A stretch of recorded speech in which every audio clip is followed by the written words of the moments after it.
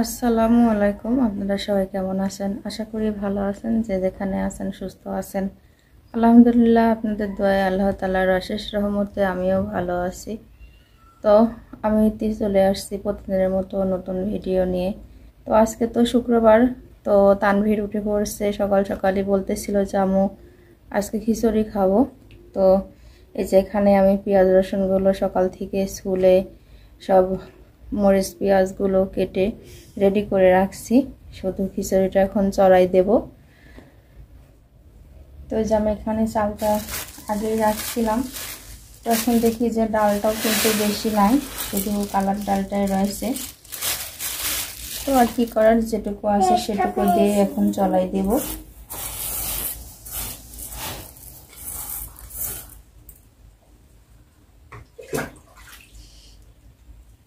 তানভীর, খিচুড়ির সাথে শাক ভাজি দেবো? না, খালি খিচুড়ি দাও। খালি খিচুড়ি? খালি খিচুড়ি তো পরে তুমি খাবা না?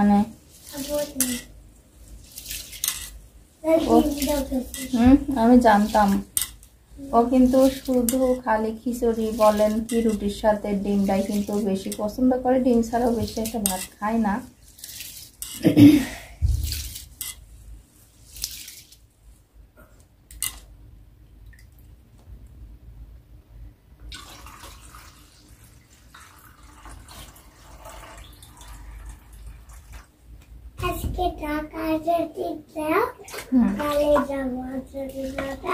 শুনছে যে আজকে শুক্রবার, ও কিন্তু এখনো বার চিনে না যে আজ শনিবার কি শুক্রবার। ও শুনলো যে আজকে শুক্রবার, ও নামাজের কথা আগে বলতেছিল যে আজকে তো নামাজের দিন। তো ওকে হলো হাদিয়া দেওয়ার জন্য টাকা দিতে হয়, ওখানে টুপির মধ্যে টাকা দেয়, এই জন্য ও নিয়ে যায়।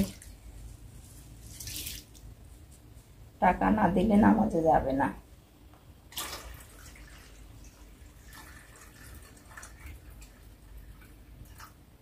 চালটা ধোয়া শেষ, শুধু এখন প্রেসারে দেব।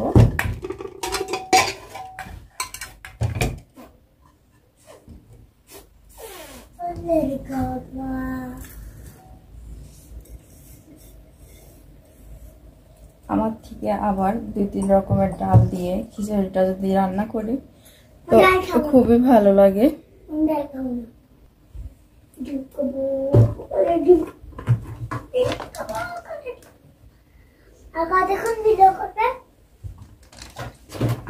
এই তো হয়ে গেছে।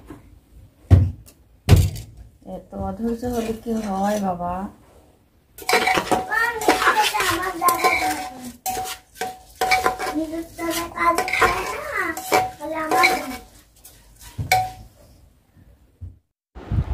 তো ওই যে সব ঘরমরগুলি গুছাই আর কি।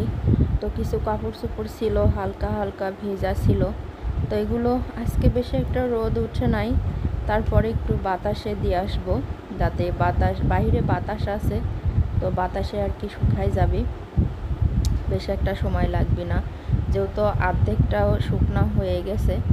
ফ্যানের বাতাসে ছিল সারা রাত্রে, তো হালকা একটু আর কি বাইরে দিলে শুকে যাবে। তো এই জন্য আগে এগুলো বাইরে আর কি মেলে দেব।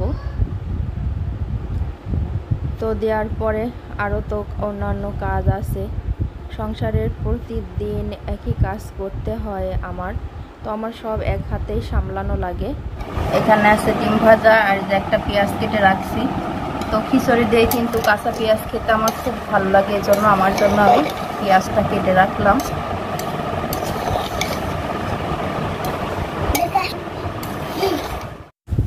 তো এই যে তানভীরের আর ছায়ামনির স্কুল ব্যাগটা অনেক নোংরা হয়েছিল, তো এই জন্য আর কি রাত্রে ছায়ামনি ধুয়ে দিছিল, বললো আমাকে। তো আমার বললাম যে 2 দিন ছুটি আছে, তো কালকে ধুলেই হবে, কিন্তু না, ছায়ামনি তা শুনলো না। তো এদিকে একটু আমি সন্ধ্যাবেলা ঘুম আসছিলাম, প্রচুর মাথা ব্যথা করতেছিল এই জন্য। আর পরে উঠে দেখি যে ছায়ামনি দুইজনার ব্যাগটাই ধুয়ে দিছে, তানভীরেরটা আর ওরটা। তো একদিকে ভালোই হয়েছে, সারা রাত ধরে আর কি পানিটা ঝরে গেছে। তো দেখলাম যে অনেকটা রোদ পাইছে। তো এখন প্রায় 12:30টার মতো বাজে, তো একবারে দুপুরে সহ উঠানটা ঝাড়ু দিয়ে দেব। অনেকটা রোদ উঠছে আর চারিদিকে যে এত পরিমাণ নোংরা ছিল আর কি, যে পিছলা হয়ে যে শ্যাওলা শ্যাওলা হয়েছিল। তো রোদ উঠলে এগুলো আর কি মাটিটা কেমন যেন চটে চটে থাকে, তো যতবার ঝাড় দেব ততবারই এগুলো উঠে যায়, দেখতেও ভালো লাগে। তা না হলে একটা স্যাঁতস্যাঁতে অবস্থার মতো কীরকম যেন নোংরা হয়ে থাকে।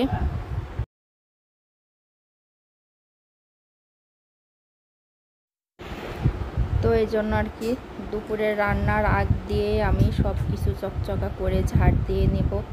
নেওয়ার পরে আর কি দুপুরে রান্নাটা ভাবছিলাম যে আজকে শুক্রবার, তো চুলাটাও একটু লেপে দেব। অনেকটা নোংরা হয়েছিল, ভেঙে ভেঙে গেছে অনেক অনেক জায়গায়। তো এদিকে চুলার পিঠে একটু ভাঙা আছে, সেটা দিয়ে পানি পড়ে জন্য কখন না জানি বৃষ্টি এসে যায়, এই রোদ এই মেঘ, এই জন্য আর সব কাজ সেরে অনেকটা গরম ধরে গেছিল, এই জন্য এখন আর চুলাটা লেপবো না। তো যে দুপুরে রান্নার জন্য হলো মুরগির মাংস আনা হয়েছে, তো সব কেটে কুটে আর কি ধুয়ে এখানে রাখছি। তো যেখানে কয়টা আলু রাখছি, সব মশলা টশলাগুলো আর কি বেটে সব রেডি করে ফেলছি, শুধু এখন চুলাইতে দেব। তো আমি আজকের মাংসটা কিন্তু শুধু মাটির চুলাইতেই রান্না করব, যেহেতু আমার গ্যাসটা ফুরাই গেছে, তো এখন আমার মাটির চুলাইতেই রান্নাটা করতে হবে। তো এই যে মাংসগুলো তো ধুয়ে সব রেডি করেই ফেলছি, তো এখন মাংসটা আর কি চড়াই দেব। তো এই জন্য আগে আমি পেঁয়াজ রসুন গোটা মশলা দিয়ে সব কিছু দিয়ে আগে একটু ভালোভাবে পেঁয়াজটা লাল লাল করে ভেজে নেব। তো মুরগির মাংস কিন্তু এগুলো যদি একটু বেশি করে ভাজা যায় তো অনেকটা টেস্ট হয়, মুরগির মাংস মিষ্টি হয়, তো খেতেও কিন্তু অনেক ভালো লাগে। তো এই জন্য আমি আগে লাল লাল করে ভেজে তারপরে গোটা পুরা মশলাগুলো দিয়ে মশলাটা ভালোভাবে আগে কষাবো। তো চুলায় রান্না করার কিন্তু মজাটাই আলাদা, আজ অনেক দিন পরে চুলাইতে রান্না করতেছি। এদিকে চুলাটা কিন্তু সেই সুন্দরভাবে জ্বলছে। তো গ্যাসের রান্নার এক স্বাদ আর চুলাইতে রান্নার অন্যরকম স্বাদ হয়। তো চুলাইতে খুব ঝটপট করে রান্না হয়, অতিরিক্ত জোরে জ্বলে, তো সব দিকে সমান পরিমাণ জালটা লাগে, এজন্য মনে হয় অনেকটা টেস্ট হয়। তো আমি মাংসটা ভালোভাবে নেড়ে চেড়ে অনেকক্ষণ ধরেই কষায় কষায় আর কি রান্না করব। আর মুরগির মাংস আরও ভালো হয়, তো এখন আমার আজকে আর সময় নেই, তা না হইলে আমি আজকে একটু মুরগির মাংসটা ভেজেই রান্না করতাম, ভেজে রান্না করলে আরও বেশি টেস্ট হয়। তো ওই যে আমি তো এদিকে রান্না করতেছি আর এদিকে তার ছায়ামণি আমাকে কুটে আর কি সাহায্য করতেছে, তো একটু কুটে টুটে দিলে আর কি আগাই যায়। তো মাংসের সাথে একটা সবজি করব, সেই জন্য আর কি ও বলতেছিল যে দাও আমি কেটে দিই। তো এদিকে রান্নাটাও হয়ে যাচ্ছে, এদিকে ও কুটে দিচ্ছে। তো এই যে আমার ছায়ামণি কিন্তু অনেক সুন্দর করে বেশ যেভাবে বলছিলাম সেভাবেই তরকারিটা কাটছে, তো এখন শুধু ধুয়ে আমি রান্না করব। তো এইভাবে কোটার কারণ হলো আমার অনেক দিন ধরেই আর কি সবজির মতো করে খাইতে ইচ্ছে করতেছিল, তো অনেক দিন ধরে খাই না, তো এই জন্য মনে করলাম যে আজকে গোশ আছে, এভাবে রান্নাটা করে ফেলি। তো গোশের সাথে যদি সবজিটা হয় তো আমার আর কিছুই মনে হয় না।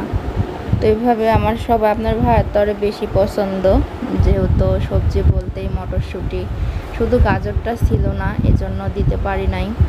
তো এখন কিন্তু সামনে শীত আসতেছে, তো এভাবে গাজর মটরশুঁটি ফুলকপি এসব দিয়ে সবজি রান্না করলে আপনার ভাইয়ের তো খুবই পছন্দ, ওই এমনি এমনিই বেশি খায়। তো যে দুপুরের রান্নাটাও শেষ করে ফেলছি, সব নামাজ পড়ে চলে আসছে।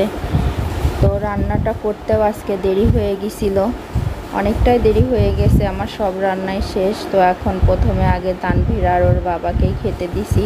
তো আমার এখনও গোসল হয় নাই, গোসল করব, নামাজ পড়ব, তারপরে খাওয়াটা খাবো। তো আজকের ব্লগটি এই পর্যন্তই, আল্লাহ হাফেজ।